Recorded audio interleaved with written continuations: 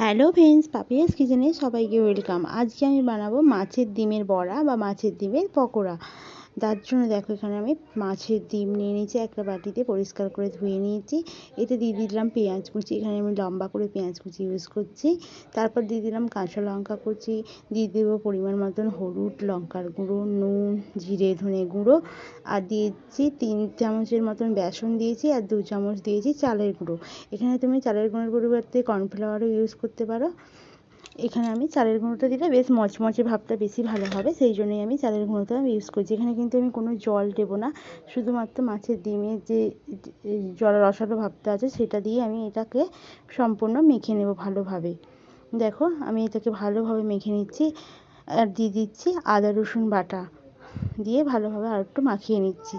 নিয়ে আমি এবার দেখো ফাইনাল লুক। এরপর আমি কড়াই বসিয়ে দিয়েছি, এতে দিয়ে দিলাম আমি সর্ষের তেলে ভাজছি, যেহেতু আমি সর্ষের তেল ইউজ করছি, তোমরা এখানে সাদা তেলও ইউজ করতে পারো। দেখো, ভালোভাবে তেলটাকে আমি গরম করে নিয়েছি। এরপর আমি ছোটো ছোটো বড়ার মতন করে আমি ভেজে নিচ্ছি মাছের ডিমের বড়াগুলোকে। আর প্লিজ বন্ধুরা, জানিও তোমরা রেসিপিগুলো তোমাদের কেমন লাগছে, আর অবশ্যই সাবস্ক্রাইব করে পাপিয়াস কিচেনের পাশে থেকো। দেখো, এইভাবে আমি প্রত্যেকটা বড়াকে আমি লাল লাল করে ভেজে নিচ্ছি,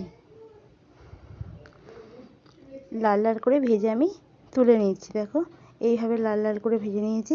এতে কিন্তু বেশি তেলও লাগে না ভাজার জন্য, অল্প তেলেতেই হয়ে যায়। দেখো, আমার রেডি হয়ে গেছে মাছের ডিমের বড়া বা পকোড়া।